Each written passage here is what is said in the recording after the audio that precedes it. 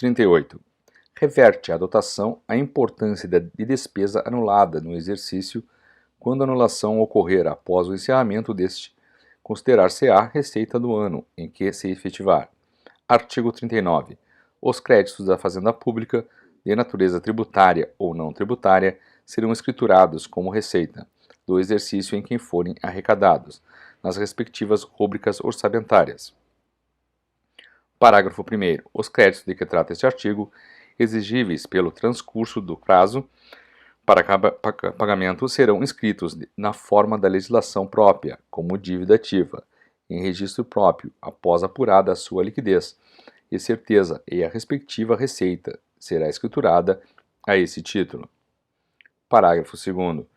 Dívida ativa tributária é o crédito da Fazenda Pública dessa natureza, proveniente de obrigação legal relativa a tributos e respectivos adicionais e multas, e dívida ativa não tributária são os demais créditos da Fazenda Pública, tais como provenientes de empréstimos compulsórios, contribuições estabelecidas em lei, multa de qualquer origem ou natureza, exceto as tributárias, fora os laudêmios, aluguéis ou taxas de ocupação, custas processuais, preços de serviços prestados por estabelecimentos públicos, indenizações, reposições, restituições, alcances dos responsáveis definitivamente julgados, bem assim os créditos decorrentes de obrigações em moeda estrangeira, de subrogação de hipoteca, fiança, aval ou outra garantia, de contratos em geral ou de outras obrigações legais. Parágrafo 3º. O valor do crédito da Fazenda Nacional em moeda estrangeira será convertido ao correspondente valor na moeda nacional, a taxa cambial oficial, para a compra na data da notificação ou intimação do devedor pela autoridade administrativa ou a sua falta na data de inscrição da dívida ativa, incidindo a partir da conversão a atualização monetária e os juros de mora, de acordo com os preceitos legais pertinentes aos débitos tributários. Parágrafo 4º. A receita da dívida ativa abrange os créditos mencionados nos parágrafos anteriores, bem como os valores correspondentes à respectiva atualização monetária, a multa e juros de mora e ao encargo de que trata o artigo 1º, Decreto 1025, e artigo 3º, Decreto 1645. Parágrafo 5º. A dívida ativa da União será apurada e inscrita na Procuradoria da Fazenda Nacional. Título 5. Os créditos adicionais. Artigo 40. São créditos adicionais às autorizações de despesa, não computadas ou insuficientemente dotadas na Lei do Orçamento. Artigo 41. Os créditos adicionais classificam-se em 1. Suplementares ou destinados a reforço de dotação orçamentária. 2. Especiais ou destinados a despesas para as quais não haja dotação orçamentária específica. 3. Extraordinários, os destinados a despesas urgentes e imprevistas, em caso de guerra, comoção intestina ou calamidade pública. Artigo 42. Os créditos suplementares e especiais serão autorizados por lei e abertos por decreto executivo. Artigo 43. A abertura dos créditos suplementares e especiais depende da existência de recursos disponíveis para ocorrer a despesa e seja precedida de exposição justificativa. Parágrafo 1º. Considera-se recursos para fim deste artigo, desde que não comprometidos: 1. O superávit financeiro apurado em balanço patrimonial do exercício anterior. 2. Os provenientes de excesso de arrecadação. 3. Os resultantes de anulação parcial ou total de dotações orçamentárias ou de créditos adicionais autorizados em lei. Inciso 4. O produto de operações de crédito autorizadas, em forma de que juridicamente possibilite ao Poder Executivo realizá-las. Parágrafo 2º. Entende-se por superávit financeiro a diferença positiva entre o ativo financeiro e o passivo financeiro, julgando-se ainda os saldos dos créditos adicionais transferidos e as operações de crédito a ele vinculadas. Parágrafo 3º. Entende-se por excesso de arrecadação, para os fins deste artigo, o saldo positivo das diferenças acumuladas mês a mês entre a arrecadação prevista e a realizada, considerando-se ainda a tendência do exercício. Parágrafo 4º. Para a fim de apurar os recursos utilizáveis, provenientes de excesso de arrecadação, deduzir-se-á a importância dos créditos extraordinários abertos no exercício. Artigo 44. Os créditos extraordinários serão abertos por decreto do Poder Executivo, que deles dará imediato conhecimento ao Poder Legislativo. Artigo 45. Os créditos adicionais terão vigência adstrita ao exercício financeiro em que forem abertos, salvo expressa disposição legal, em contrário, contra as especiais e extraordinários. Artigo 46. O ato de abrir crédito adicional indicará a importância, a espécie do mesmo e a classificação da despesa, até onde for possível. Título 6 da execução do orçamento, capítulo 1 da programação da despesa. Artigo 47. Imediatamente após a promulgação da Lei do Orçamento e com base nos limites nele fixados, o Poder Executivo aprovará um quadro de cotas trimestrais da despesa, que cada unidade orçamentária fica autorizada a utilizar. Artigo 48. A fixação das cotas a que se refere o artigo anterior atenderá aos seguintes objetivos. A linha A. Assegurar às unidades orçamentárias, em tempo útil, a soma de recursos necessários e suficientes à melhor execução do seu programa anual de trabalho. A linha B. Manter durante o exercício, na medida do possível, o equilíbrio entre a receita arrecadada e a despesa realizada, de modo a reduzir ao mínimo eventuais insuficiências de tesouraria. Artigo 49. A programação da despesa orçamentária para efeito do disposto no artigo anterior levará em conta os créditos adicionais e as operações extra-orçamentárias. Artigo 50. As cotas trimestrais poderão ser alteradas durante o exercício, observado o limite da cotação e o comportamento da execução orçamentária. Capítulo 2 da Receita. Artigo 51. Nenhum tributo será exigido ou aumentado sem que a lei o estabeleça, e nenhum será cobrado em cada exercício sem prévia autorização orçamentária, ressalvados a tarifa aduaneira e o imposto lançado por motivo de guerra. Artigo 52. São objeto do lançamento os impostos diretos e quaisquer outras rendas com vencimento determinado em lei, regulamento ou contrato. Artigo 53. O lançamento da receita é ato da repartição competente, que verifica a procedência do crédito fiscal e a pessoa que lhe é devedora e inscreve o débito desta. Artigo 54. Não será admitida a compensação da obrigação de recolher rendas ou receitas com direito creditório contra a fazenda pública. Artigo 55. Os agentes da arrecadação devem fornecer recibos das importâncias que arrecadarem. Parágrafo 1º. Os recibos devem conter o nome da pessoa que paga a soma arrecadada, proveniência e classificação, bem como a data de assinatura do agente arrecadador. Parágrafo 2º. Os recibos serão fornecidos em uma única via. Artigo 56. O recolhimento de todas as receitas far-se-á em estrita observância ao princípio da unidade de tesouraria, vedada qualquer fragmentação para a criação de caixas especiais. Artigo 57. Ressalvado o disposto no parágrafo único do artigo 3º desta lei, serão classificadas como receita orçamentária sobre as rúbricas próprias todas as receitas arrecadadas, inclusive as provenientes de operações de crédito, ainda que previstas no orçamento. Capítulo 3 da despesa. Artigo 58. O empenho de despesa é o ato emanado de autoridade competente que cria para o Estado obrigação de pagamento pendente ou não de implemento de condição. Artigo 59. O empenho da despesa não poderá exceder o limite de créditos concedido. Parágrafo 1º. Ressalvado o disposto no artigo 67 da Constituição Federal, é vedado aos municípios empenhar no último mês do mandato do prefeito mais do que o 1/10 da despesa prevista no orçamento vigente. Parágrafo 2º. Fica também vedado aos municípios, no mesmo período, assumir por qualquer forma compromissos financeiros para execução depois do término do mandato do prefeito. Parágrafo 3º.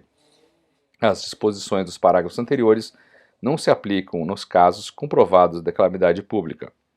Parágrafo 4º. Reputam-se nulos e de nenhum efeito os empenhos e atos praticados em desacordo com os dispostos no parágrafo 1º e 2º deste artigo, sem prejuízo da responsabilidade do prefeito nos termos do artigo 1º, inciso 5, do Decreto-Lei nº 201. Artigo 60. É vedada a realização de despesa sem prévio empenho. Parágrafo 1º. Em casos especiais previstos na legislação específica, será dispensada a emissão de nota de empenho. Parágrafo 2º. Será feito por estimativa o empenho da despesa cujo montante não se possa determinar. Parágrafo 3º. É permitido o empenho global de despesas contratuais e outras sujeitas a parcelamento. Artigo 61. Para cada empenho será extraído um documento denominado nota de empenho, que indicará o nome do credor, a representação e a importância da despesa, bem como a dedução desta do saldo da dotação própria. Artigo 62. O pagamento da despesa só será efetuado quando ordenado após sua regular liquidação. Artigo 63. A liquidação da despesa consiste na verificação do direito adquirido pelo credor, tendo por base os títulos e documentos comprobatórios do respectivo crédito. Parágrafo 1º. Essa verificação tem por fim apurar: inciso 1. A origem e objeto do que se deve pagar. 2. A importância exata a pagar. 3. A quem se deve pagar a importância para extinguir a obrigação. Parágrafo 2º. A liquidação da despesa por fornecimentos feitos ou serviços prestados será por base: inciso 1. O contrato, ajuste ou acordo respectivo. 2. A nota de empenho. 3. Os comprovantes da entrega de material ou da prestação efetiva do serviço. Artigo 64. A ordem de pagamento é o despacho exarado por autoridade competente, determinando que a despesa seja paga. Parágrafo único. A ordem de pagamento só poderá ser exarada em documentos processados pelos serviços de contabilidade. Artigo 65. O pagamento da despesa será efetuado por tesouraria ou pagadoria regularmente instituído por estabelecimentos bancários, credenciados e, em casos excepcionais, por meio de adiantamento. Artigo 66. As dotações atribuídas às diversas unidades orçamentárias poderão, quando expressamente determinado na Lei do Orçamento, ser movimentadas por órgãos centrais de administração geral. Parágrafo único. É permitida a redistribuição de parcelas das dotações de pessoal de uma para outra unidade orçamentária, quando considerada indispensável a movimentação de pessoal dentro das tabelas ou quadros comuns às unidades interessadas, a que se realize em obediência à legislação específica. Artigo 67. Os pagamentos devidos pela Fazenda Pública em virtude de sentença judiciária far-se-ão na ordem de apresentação dos precatórios e a conta dos créditos respectivos, sendo proibida a designação de casos ou de pessoas nas dotações orçamentárias e nos créditos adicionais abertos para esse fim. Artigo 68. O regime de adiantamento é aplicável aos casos de despesas expressamente definidos em lei e consiste na entrega de numerário a servidor, sempre precedida de empenho na dotação própria, para o fim de realizar despesas que não possam subordinar-se ao processo normal de aplicação. Artigo 69. Não se fará adiantamento a servidor em alcance nem a responsável por dois adiantamentos. Artigo 70. A aquisição de material, o fornecimento e a adjudicação de obras e serviços serão regulados em lei, respeitado o princípio da concorrência. 7. Dos fundos especiais. Artigo 71. Constitui fundo especial o produto de receitas especificadas que, por lei, se vinculam à realização de determinados objetivos ou serviços, facultada a adoção de normas peculiares de aplicação.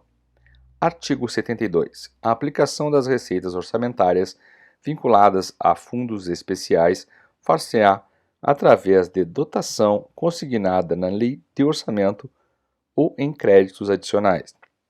Artigo 73.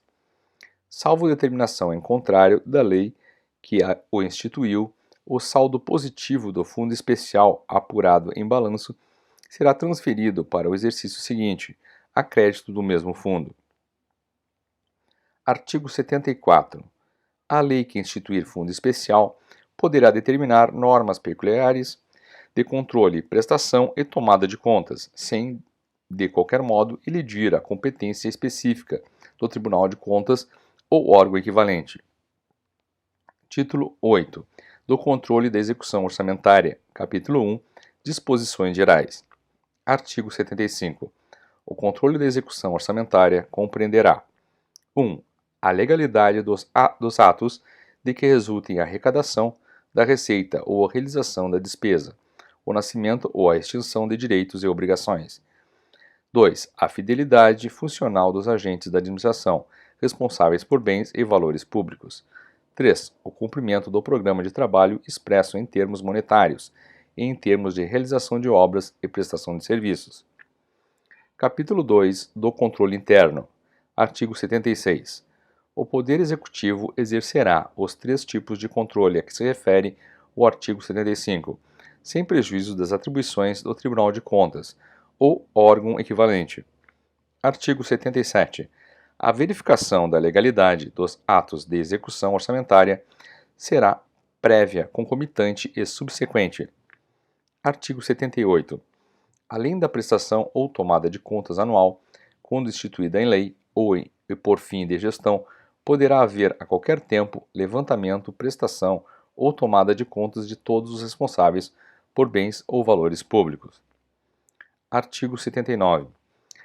Ao órgão incumbido da elaboração da proposta orçamentária ou a outro indicado na legislação, caberá o controle estabelecido no inciso 3 do artigo 75. Parágrafo único. Esse controle far-se-á, quando for o caso, em termos de unidades de medida, previamente estabelecidos para cada atividade. Artigo 80. Compete aos serviços de contabilidade ou órgãos equivalentes verificar a exata observância dos limites das cotas trimestrais atribuídas a cada unidade orçamentária, dentro do sistema que for instituído para esse fim. Capítulo 3. Do controle externo. Artigo 81. O controle da execução orçamentária pelo Poder Legislativo terá por objetivo verificar a probidade da administração, a guarda e legal emprego dos dinheiros públicos e cumprimento da Lei de Orçamento. Artigo 82. O Poder Executivo anualmente prestará contas ao Poder Legislativo no prazo estabelecido nas Constituições e nas leis orgânicas dos municípios. Parágrafo 1º. As contas do Poder Executivo serão submetidas ao Poder Legislativo, com parecer prévio do Tribunal de Contas ou órgão equivalente.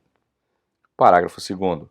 Quando o município não houver Tribunal de Contas ou órgão equivalente, a Câmara de Vereadores poderá designar peritos contadores para verificarem as contas do prefeito e sobre elas emitirem parecer. Título 9 da Contabilidade. Capítulo 1. Disposições gerais. Artigo 83. A contabilidade evidenciará perante a Fazenda Pública a situação de todos quantos, de qualquer modo, arrecadem receitas, efetuem despesas, administrem ou guardem bens a ela pertencentes ou confiados. Artigo 84.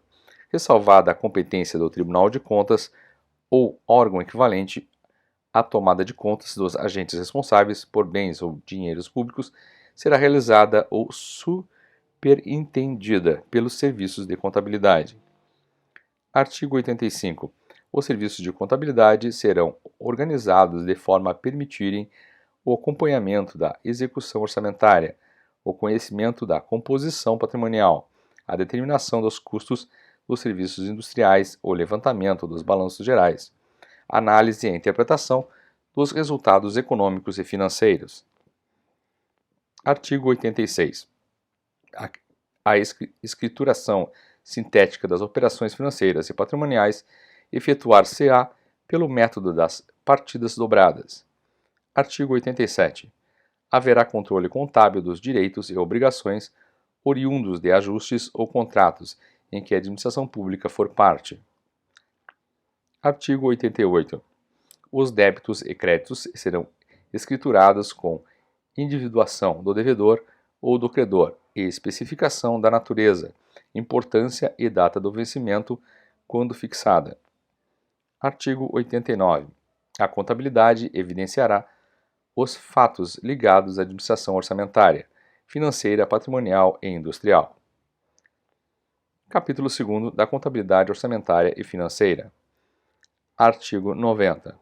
A contabilidade deverá evidenciar em seus registros o montante dos créditos orçamentários vigentes, a despesa empenhada e a despesa realizada à conta dos mesmos créditos e as dotações disponíveis.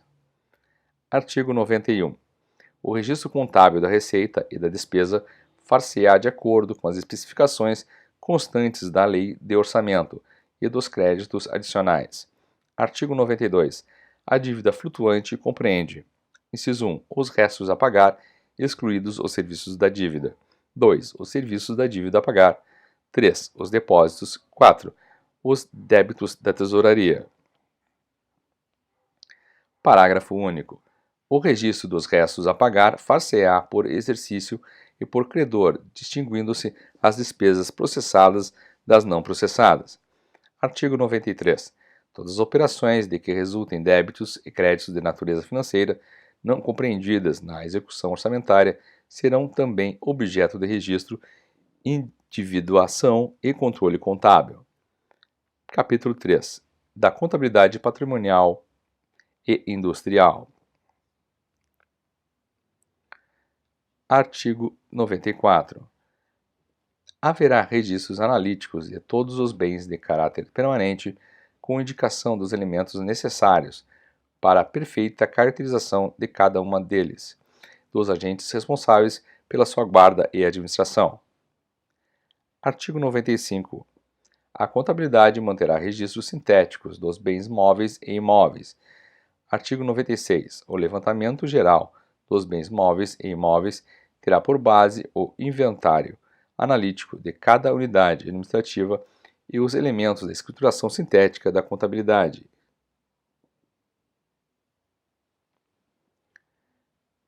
Artigo 97. Para fins orçamentários e determinação dos devedores, ter-se-á o registro contábil das receitas patrimoniais, fiscalizando-se sua efetivação. Artigo 98.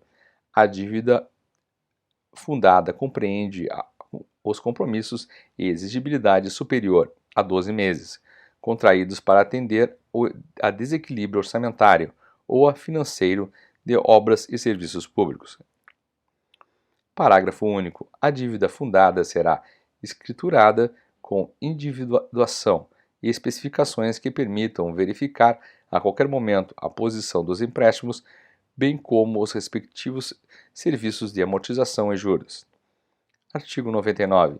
Os serviços públicos industriais, ainda que não organizados como empresa pública ou autárquica, manterão contabilidade especial para a determinação dos custos, ingressos e resultados, sem prejuízo da escrituração patrimonial e financeira comum. Artigo 100. As alterações da situação líquida patrimonial, que abrange os resultados da execução orçamentária, bem como as variações independentes dessa execução e as superveniências em subsistência, ativas e passivas, constituirão elementos da conta patrimonial. Capítulo 4. Dos balanços.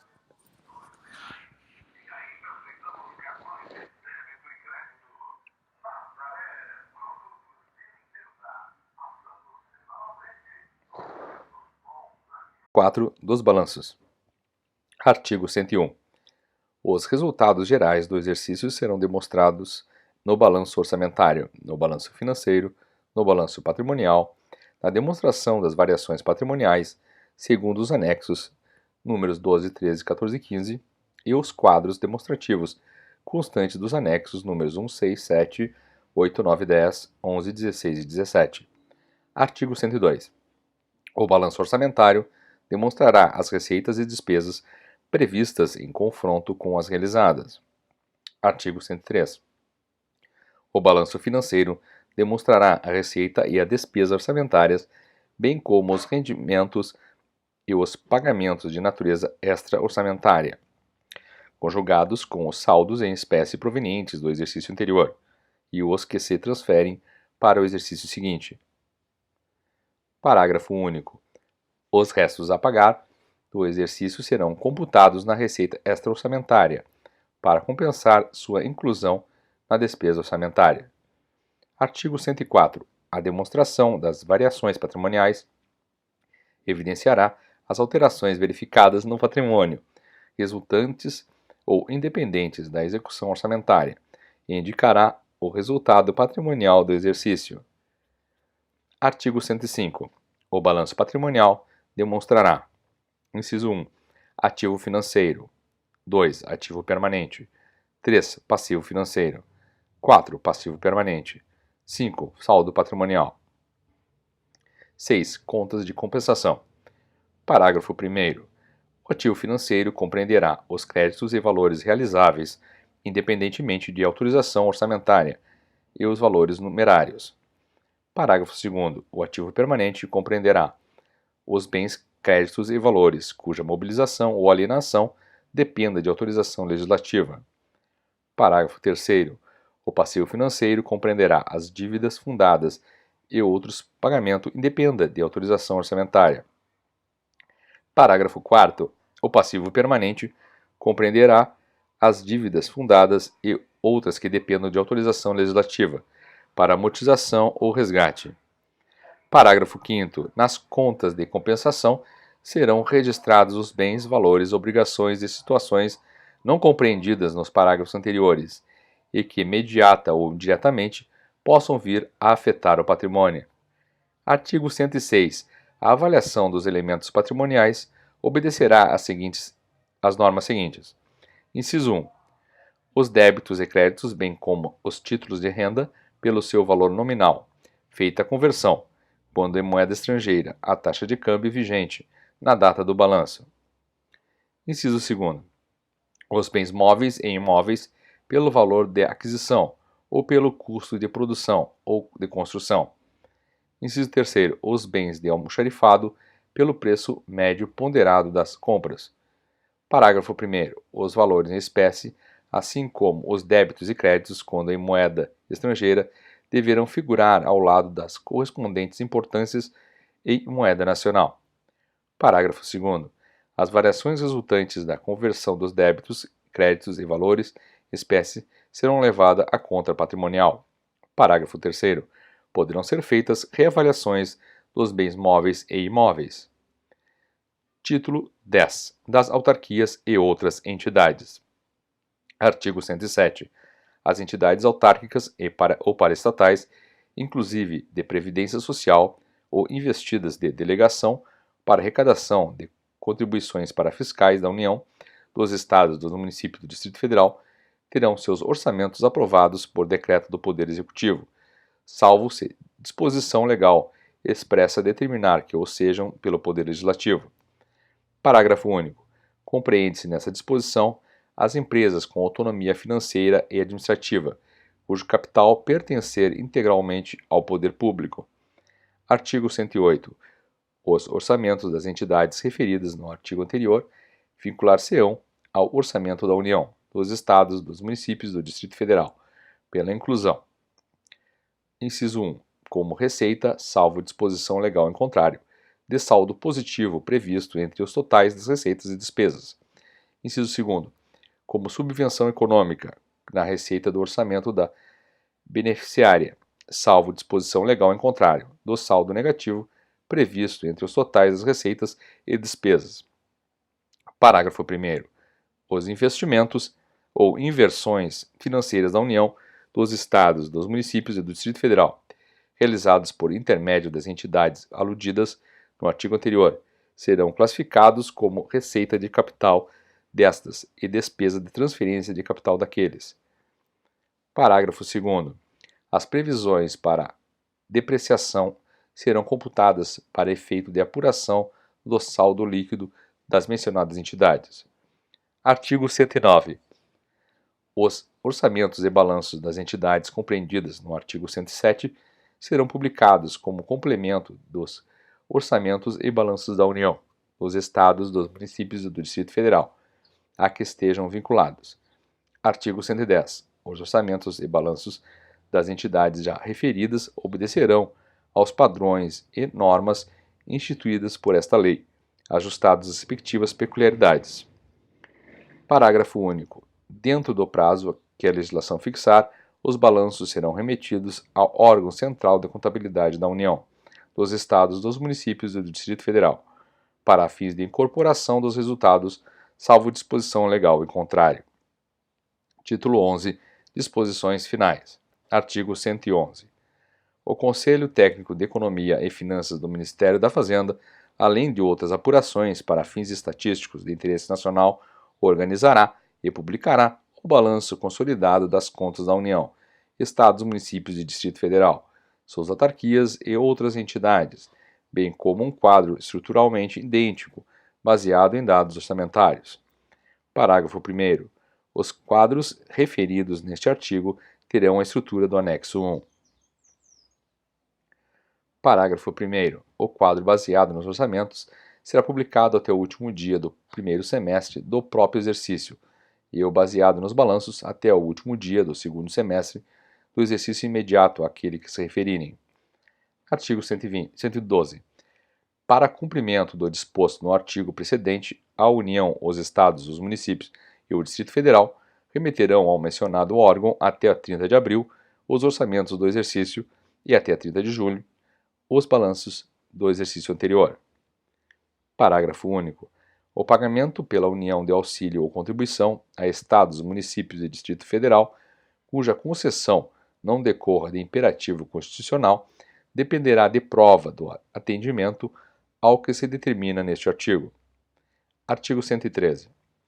Para fiel e uniforme aplicação das presentes normas, o Conselho Técnico de Economia e Finanças do Ministério da Fazenda atenderá a consultas, coligirá elementos, promoverá o intercâmbio de dados informativos, expedirá recomendações técnicas, quando solicitadas, e atualizará, sempre que julgar conveniente, os anexos que integram a presente lei.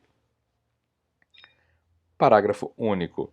Para fins previstos neste artigo, poderão ser promovidas, quando necessário, conferências ou reuniões técnicas, com a participação de representantes das atividades abrangidas por estas normas. Artigo 114. Os efeitos desta lei são contados a partir de 1º de janeiro de 1964, para o fim de elaboração dos orçamentos, e a partir de 1º de janeiro de 1965, quanto às demais atividades estatuídas. Artigo 115. Revogam-se as disposições em contrário. Brasília, 17 de março de 1964, 143 anos da independência, 76 anos da República.